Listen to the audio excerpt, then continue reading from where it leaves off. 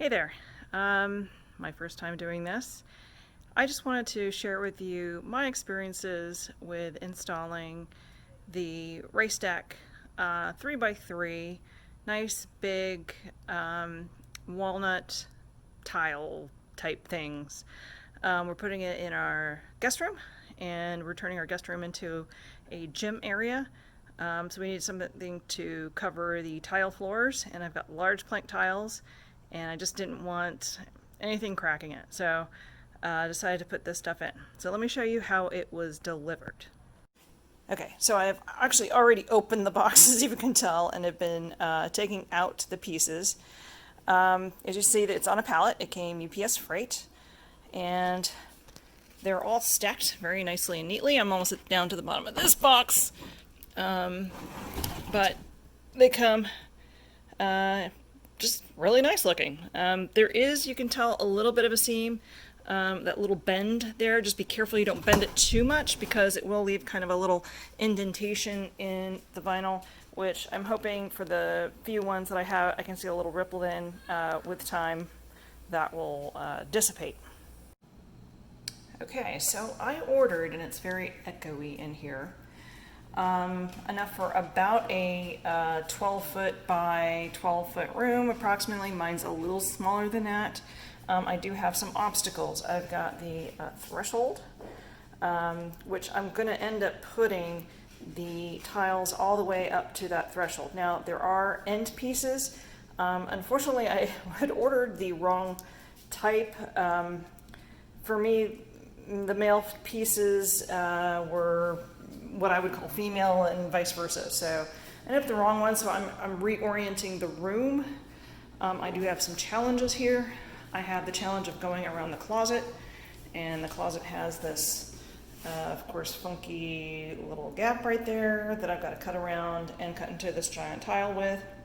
I'm getting a circular saw and using a jigsaw, and hopefully that will help me install the tiles. Now, there's supposed to be a 1/4 inch gap, expansion gap around the room.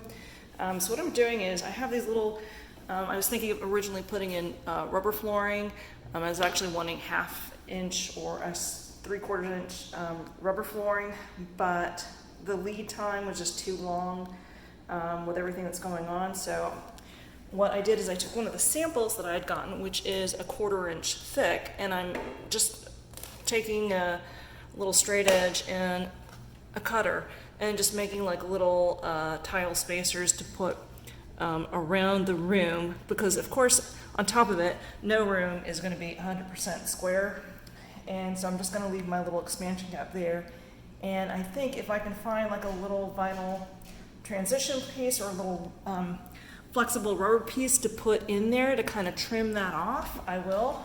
Otherwise I'll just be sticking a little vacuum hose in there. So here's what I mean by the male, female. Don't ask me which one I ordered because I got them confused. But what happens with these little transition pieces, which are very nice, is they clip in like that and like this, and then you have a nice transition. So obviously, if I'm orienting the room the way that I have it, this does not fit where that is. So either, I don't know what I'm going to do. I could probably just stick it in there, cut off the little nubs here, and make it work. And at least this will attach to this one to kind of hold it in there, because there's really not going to be any movement of this part of the floor. Nobody's tracking on this part of the floor. It's just this front part that I have to make sure that I'm in completely. Now, the other issue is I want to end it here. My husband wants to end it at the floors over here. So that means I would have to cut a piece and somehow transition it. So he wants the floor to end here, so you don't see the difference in the two types of flooring material. I don't know if that's going to work. So if that's going to work, that means I've got to get, now if I had a 3x3, I could probably cut through the vinyl top, which is the wood part, and I could get 18-inch sections, because essentially this is the 18-inch sections all put together, And let me move this for show you the clip. So here you can see the underside a little better. This is just the 18 by 18 sections clipped together with a single 36-inch top. So what I could do is use my T-square or my angle bracket thing to cut the vinyl top, and then do these by 18 by 18s, and then have these little male and female clips that I could use. Because these are fairly easy to take apart. All you have to do is bend them, and then they pop apart, from what I understand. But you can see here's where the little tabs would go for these pieces would go in like that. Actually, this one would go over here, and then we'd have this guy over here is not going to go quite right because I'm on the wrong side of it, but if I was ending it, it would go like this. So this part sticks out. It doesn't meet at an angle, it meets at a 90.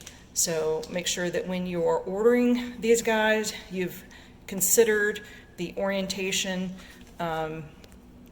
of the tiles.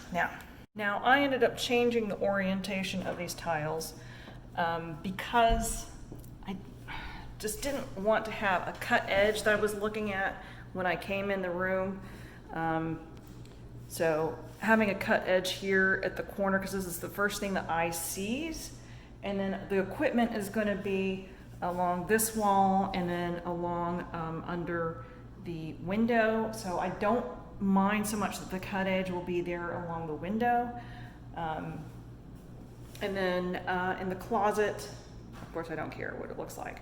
So by changing the orientation of those tiles, not really thinking about, well, I did think about it first, but you go through, you know, a million processes. Just because you decide once, this is how the floor is going to lay out, that's not necessarily how it's going to be.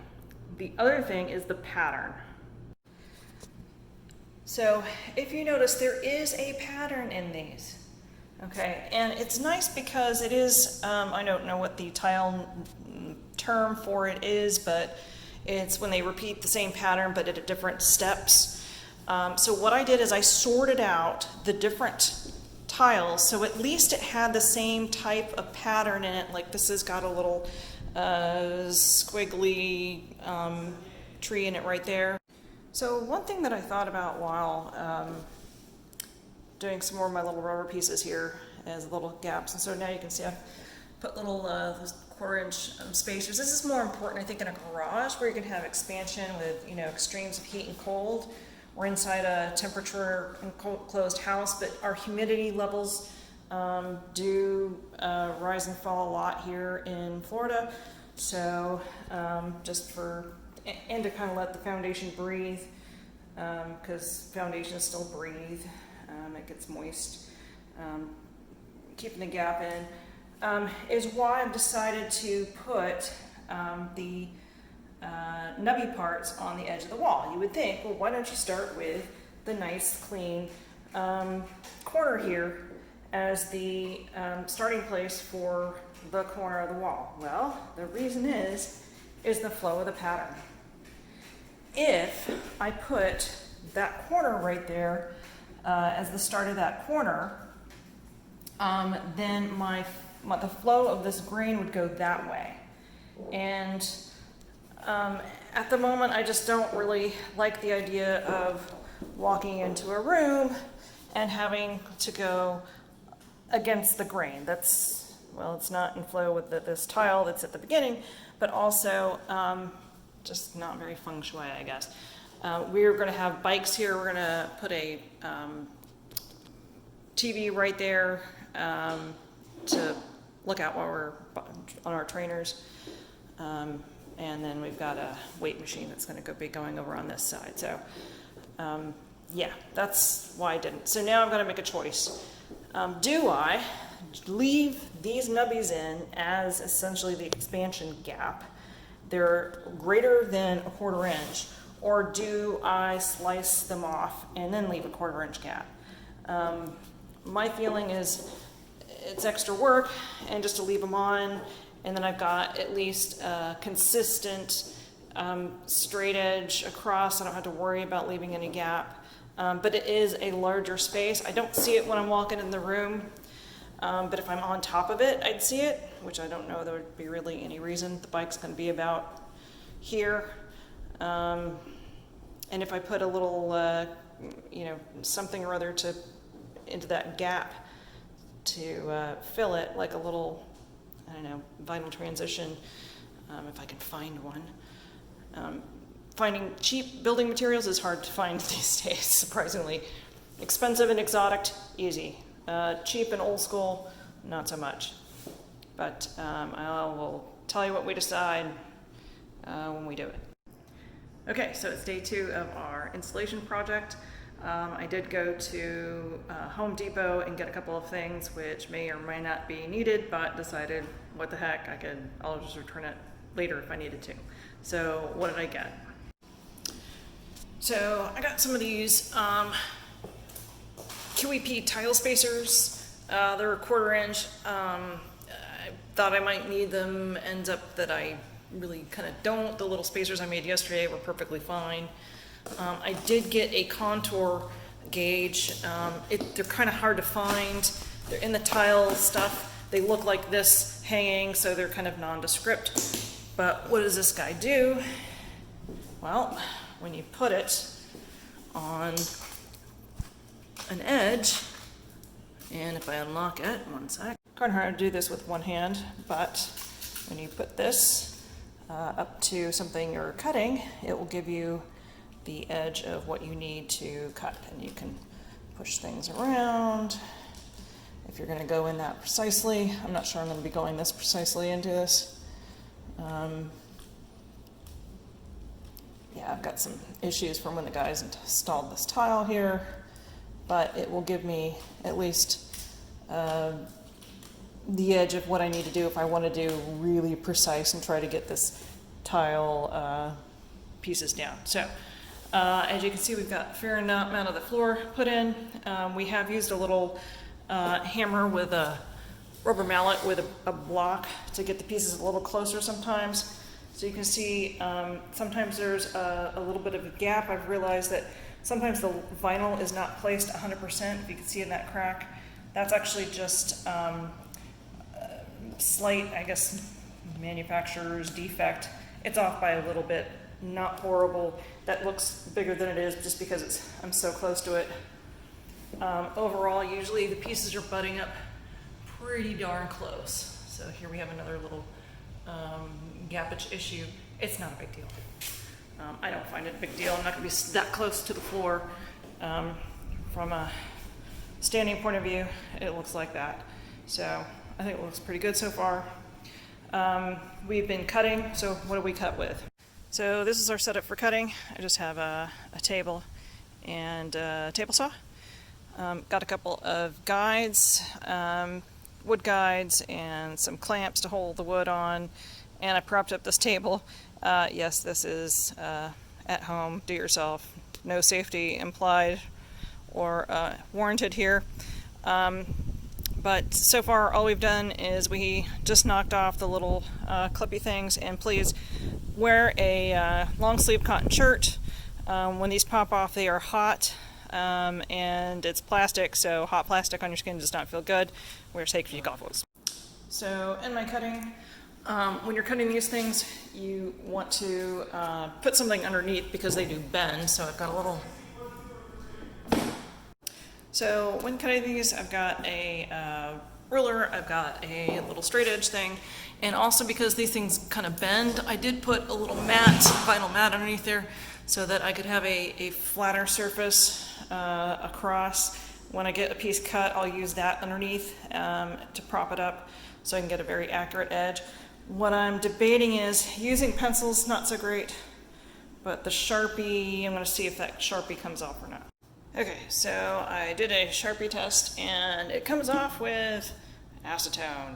So when I make my marks, I can see them when I'm sawing. This is probably not manufacturer recommended, but I'll wash it off, all the acetone off, so it's not eating into the top here. Yeah, otherwise I don't want to put pen, and pencil's not showing through. I tried colored pencils, didn't really work, so I can't even find my colored pencil marks anywhere on here. That's how light, oh, here it is. That's colored pencil. That's how I was trying to do it. And you can see it's really hard to see. So I'd rather have a good edge to look at. Okay, so how do you measure to cut off? Well, I put the edge that is going to be clocked in over here. I measure it off, and I'm at 10 centimeters right there. So I'm going to cut off from the very end 10 centimeters. And you see the green line that I had before is at 10 centimeters. But on the other end, it's slightly different because walls are not square. You can see over here, we're at 9.5 centimeters. So I'm going to go over here, and I measured off 9.5. Oh, right, measure twice. So I've got 9.5 here on that green. I'm going to put in the fine Sharpie, fine tip Sharpie line, using my nice straight edge there. Unfortunately, the corner's not going to help me since I'm obviously going to be off on the marks. So I've got to put in my marks. See you in a bit. Okay, so I measured along different spots of the edge that I'm sitting on, and now I'm going to draw a line, and so you can see how many dots and measurements I made, right? Because these walls actually went from 9.5 almost to 10 very quickly. So I'm going to connect those lines and then do a cut. All right, so I am not a professional carpenter or anything, but I did set up the table saw. It's better to cut off too little than too much, so I've created kind of this rip gauge on the end where I can slide it across. Of course, there's the little nubbies, so you have to be careful you don't slip it up. I'm showing you the back end of it. That's the front end where I'll be starting my cut and going from the direction that I'm standing. So everything's all set up. I ends up the rip gauge on this guy does not move, but that's okay because this thing, remember, that I'm cutting off is not square. All right, so while I was cutting, ends up I didn't have my other side of the guide perfectly put on, so I'm going to have to find a wider piece of board because I've got this table up just about as close as I can get it to the saw itself. But you see, I cut inside the line, and I was pretty darn close on the line as I got towards it. So if I've got too much, that's fine. I can rip that off inside when I measure. I also recommend having a little brush, clean, nice and clean, because this stuff gets everywhere. And not just on here, which you don't want to be tracking inside, but on yourself. So, yeah, just clean it off. It's all over the ground. Wear shoes. Yeah, getting these little pieces that are hot on you, not fun. Okay, so first attempt at a cut. And you can see that there's my line that I made. I, of course, undershot on purpose. Looks like I'm going to have to take about, well, we can find out exactly. About 1 centimeter off. So if you take a look, that's a centimeter. It's not quite half an inch. Again, I'd rather undershoot it than overshoot it. So I'm going to mark off a half centimeter on this side, or a centimeter on this side, and then go into the other side. That up against the wall, see how under I am here. Oh, and I'm almost exact here on this side. So I'm going to do a centimeter and then just rip it just a little bit on that far edge. So just take off a hair. That's looking like maybe I don't know, it's barely the width of the metal right there. So I'm just going to try to take that off of that there. So I'm going to measure it again and slice. Okay, first truly cut piece in. You can see I've got my little air gap there, expansion gap. If it's not 100% in line, there's a tiny bit of ripple in it, no worries, I've got a fix for that. I've got a super secret fix for that. My table moved while I was cutting, which is why I didn't go 100% flat, but hopefully I won't bump the table this time and get the next piece done. So, on to marking this next piece. And don't be tempted to use this cut piece as a template because you could have different measurements on this one. So, let's go for it. And sure enough, at this end it's 10¼ centimeters, so I want to go off of the wall, 10¼ centimeters. I know a lot of us don't like metric, but hey, go with the program. It's more precise for this kind of stuff. So my 10¼ mark, and I'll keep measuring down the end. Okay, so got my line done with my Sharpie. Last Sharpie line went away because remember I undermeasured. I'd rather undercut than overcut. Here I was more at 10¼ and then essentially it was 10 through the whole thing. Just baseboards, houses, just about anybody where it's not going to be exact. So let's go cut this. Okay, so I've got this lined up here. My nubby's lined up on the back part. Now I'm going to line up the front part. So I'm going to pull this in front of the saw. Okay, so on the front part here, I'm a little off, I'm a little too far in, so that means my leading edge here, I'm going to move that a little bit to the left. And by the way, these quick release clamps, you can probably figure out what the brand is just looking at them. They are awesome. Okay, now I'm lined up, got my gauge, and if I've done this perfectly, I shouldn't even have to look at the saw blade. I just line and make sure my little nubbies are contacting my guide edge, and everything will be copacetic with my cut.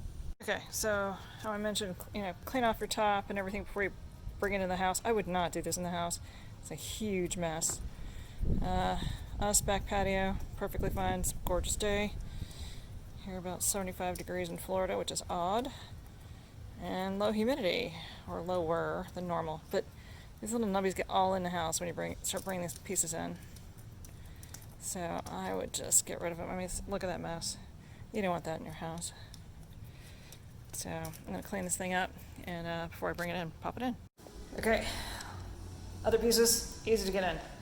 No problem. Now I'm at a corner. So what am I going to do? Well, first off, I'm going to slice off that back edge there so I can rip it around here. Now, to go around the trim molding,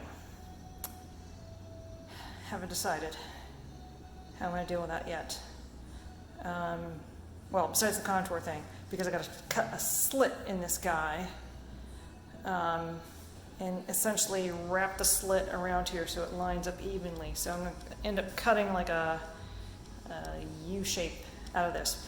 But I don't need to cut, well, I guess I do.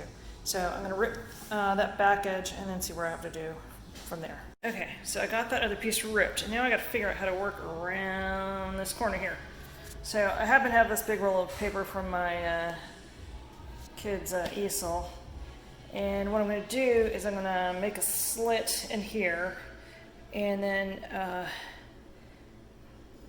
essentially work around. Now, it's not going to be the same length because that's a little deeper than the paper is. Doesn't look it from here, but it is. By a little bit, but not much. So we'll see. I don't want to get too far into this because I want to leave at least a little bit of integrity here to make that contour. But I do have, what's great is that little contour tool right there. So I can make that little contour and I can trace that contour onto here once I have the measurements from corner to corner there, and I can match them up. Okay, no guarantees this is going to work.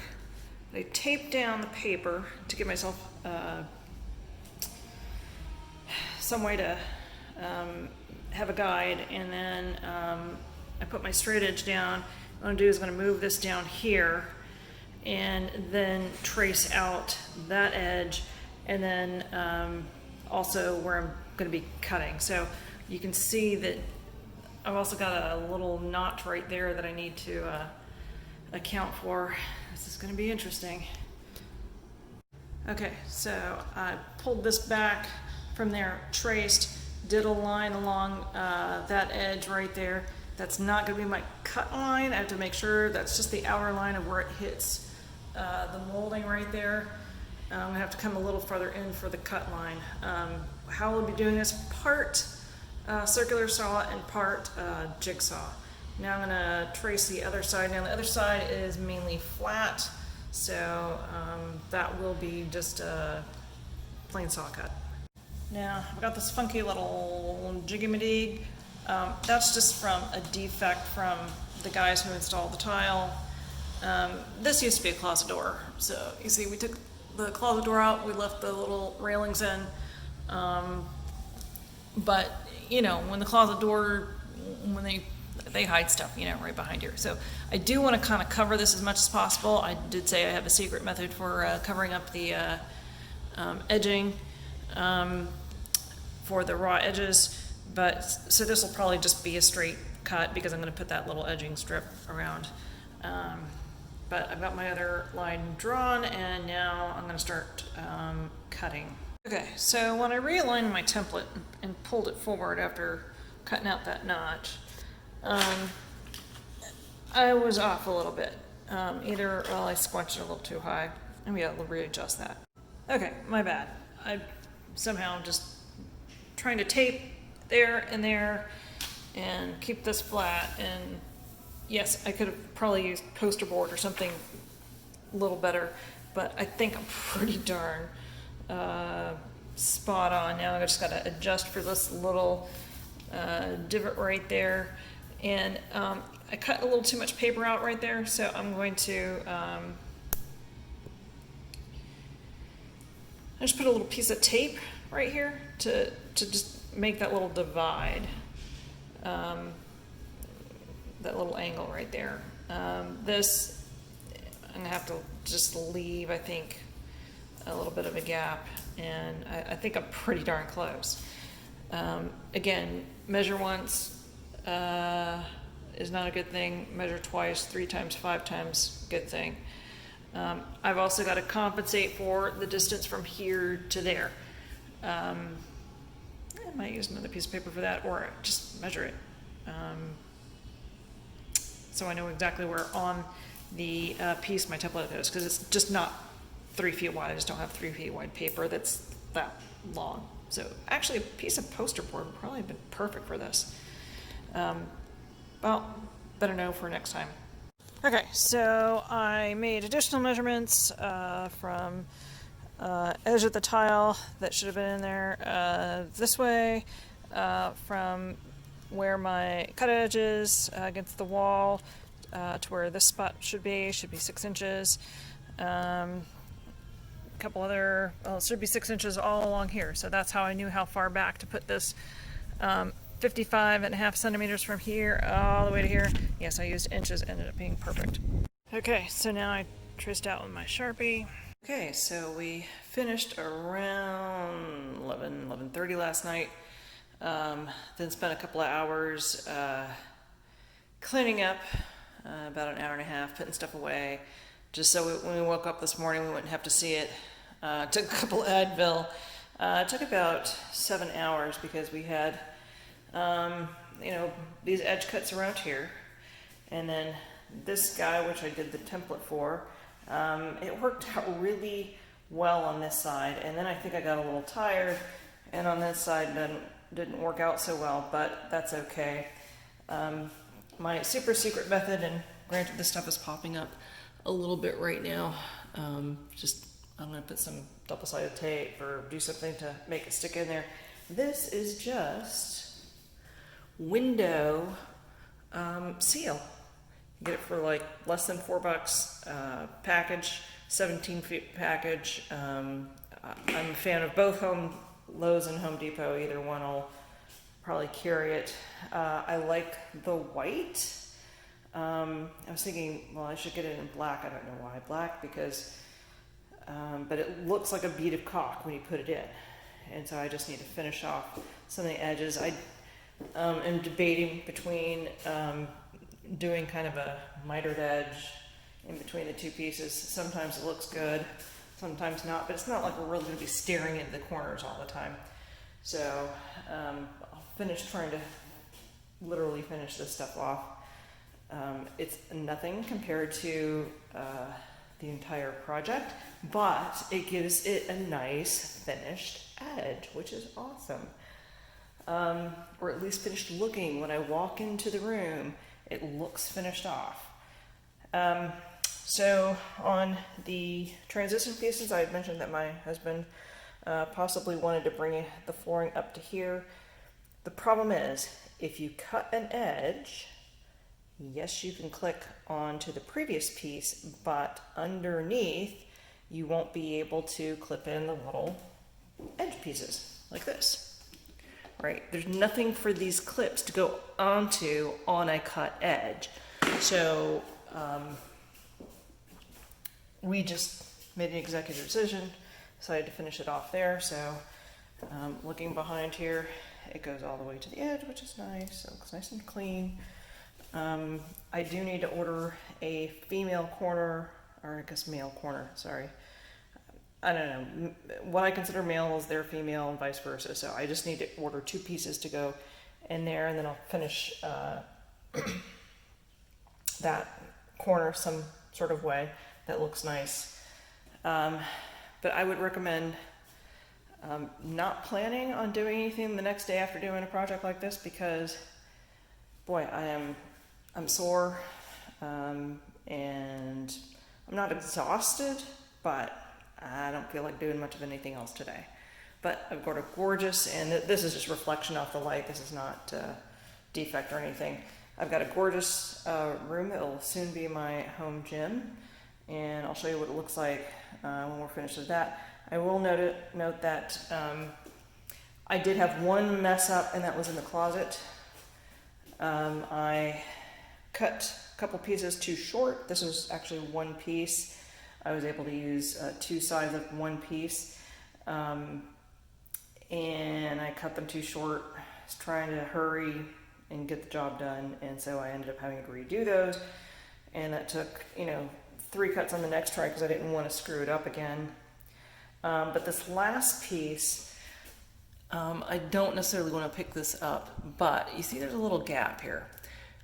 If you have, and we decided kind of executively to go female to female, the female has a little nub that sticks out that these guys click into. Well, if you go female to female, those nubs are going to rub up against each other. So you have to cut off females ends on both pieces for them to butt up, which is what I did, I believe, on this one. Even though there's a little bit of a gap, it's in the closet, I don't care. But on this one still has its female piece. This one I cut off the females. You see it's got a little gap. Again, I don't care because it's kind of consistent in the closet, so I'm good right there. But you have to be very cognizant of which edge is going with which edge, and if you decide to go female to female, cut off the little nubbies. All right, I will show you the finished product, which will be when the gym is all put in place, when it happens. Okay, so it's all done. Finalized, everything's looking gorgeous here. Here's our threshold. And you see I've got the correct pieces in, so I actually just used, because we gave the table saw back, a little hand side saw. Got that all cleaned up. And behind the door, looks great, threshold's awesome. Got the bike in here, got the TV, still have to figure out our wiring there. Got to put another outlet behind the TV. Smith machine. So this is, I think, the G12, G9, I can't remember, but it's pretty awesome. We got our dumbbells in. Floorings look great. We do have a little bit of a seam right here, which, who really cares, but it is the manufacturing. The linoleum was slightly off on that one. I just, at this point, was not ready to take the whole thing apart, because we did buy some extra pieces. Closet, plants in because we had a hard freeze, and got a mirror put in, so it's perfect. Some shelving, a nice little shelving unit put in, and we're good to go. Very happy with the flooring. Don't see any denting or warping underneath the spots where the Smith machine is sitting. It looks great. There was one time where I heard a thunk and something went down hard. You know, we're not doing deadlifts in here or anything. This is simply a lot of upper body work, and then we've got little attachments for the bottom there that for the Smith machine. So we've got all sorts of attachments that go to it. Some of it's still not up yet, but my corner pieces, not so bad, not the greatest. I could go around and clean these up a little bit, but you know, otherwise I'm extraordinarily happy with the way this flooring came out. And you know, assume it takes a day to do this, and table saw and all the stuff that you saw me go through. Beautiful, beautiful result. Couldn't be happier. And there it goes. There is the flooring. Thanks, and hope you learned something from the video.